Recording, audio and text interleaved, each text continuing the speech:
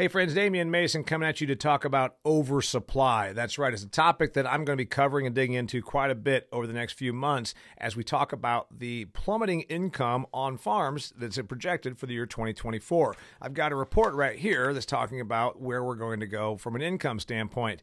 21, 2, and 3 were record farm income years. 24 is going to drop by about $40 billion. Incidentally, that's $40 billion from 140 roughly to 101. That's coming off of a $26 billion loss decline between 22 and 23. So we're talking about being from 168 billion to 101. These are substantial numbers.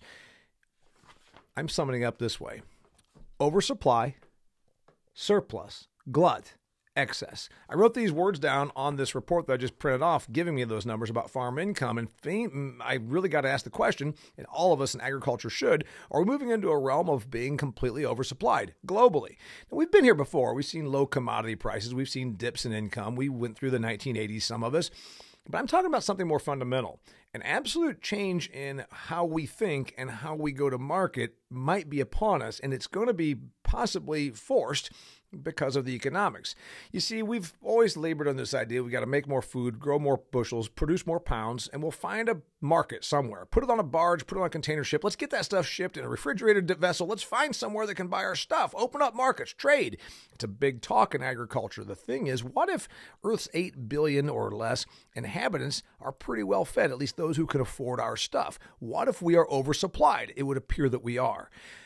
In episode 302, July 17th, 2023, I released Is Supply Management in North American Agriculture's Future? It already is happening in Canada. Will it come to the United States? So this flies in the face of everything we've always thought.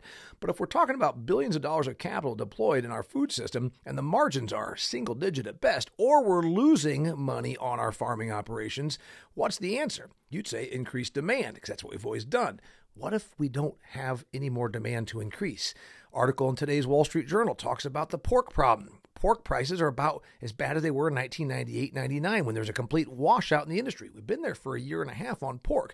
The problem, they think, is we need to find more pork eaters. Well, what if we've already got all the pork eaters eating all the pork they can possibly eat? They're porked out. The point there is we've grown our pork production substantially in the last 30 years, from being a net importer of pork 3 decades ago to exporting about 25% of our pork product here in the United States. We've grown our pork production. We're damn good at it. But just because you're good at doing something doesn't mean everybody has to buy it. Hey, I was really good at being a Bill Clinton impersonator comedian 25 years ago. At some point, I saturated the market. I can't make everybody at every room in every part of the world hire me. Same thing for our commodities. We've got really good at producing the stuff, but what if we just have saturated the supply and we can't create any more demand? These are topics I'm going to be digging into. My friend Todd Thurman is going to be a guest with me on the Business of Agriculture show. We'll be digging into this, and something I want to be revisiting more throughout 2024. We might finally be at a point where we have to admit it's either supply management or finding new ideas, creating new demand for our products. That's where the renewable diesel and the biofuels thing is going. But even that is sort of propped up demand. I'll be covering this a lot. Oversupplied, excess, surplus, glut.